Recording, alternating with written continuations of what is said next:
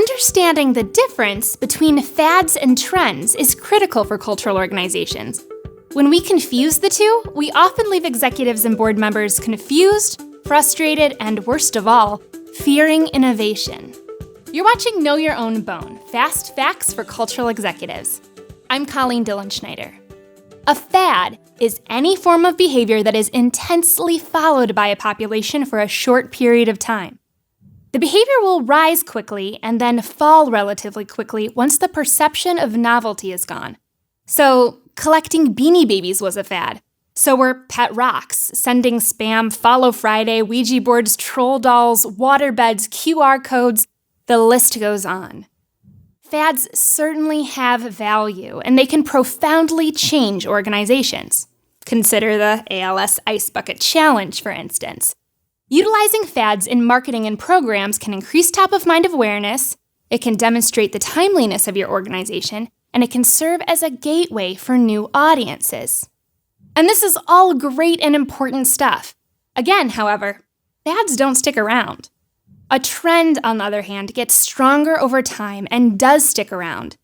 Trends have identifiable and explainable rises that are driven by audience needs. They help solve a problem for people. The increased use of social networks is a trend. So is quitting smoking, evidence-based medicine, and the use of mobile devices. So when organizations write off things like web-based engagement or data-informed management as fads, evolution stops. Things get held back.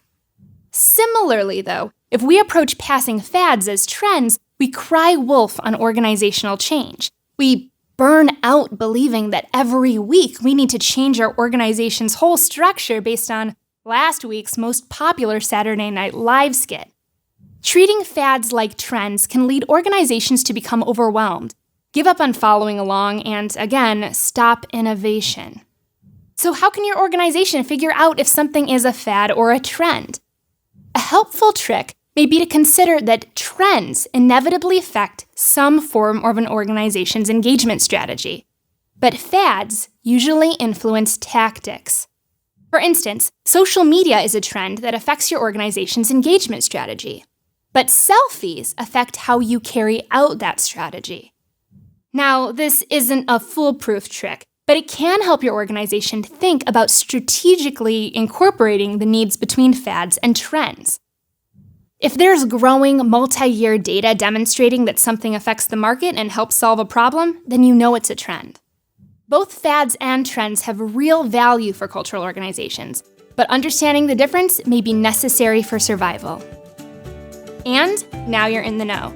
Thanks so much for watching. For more information, click on the link and visit Know Your Own Bone.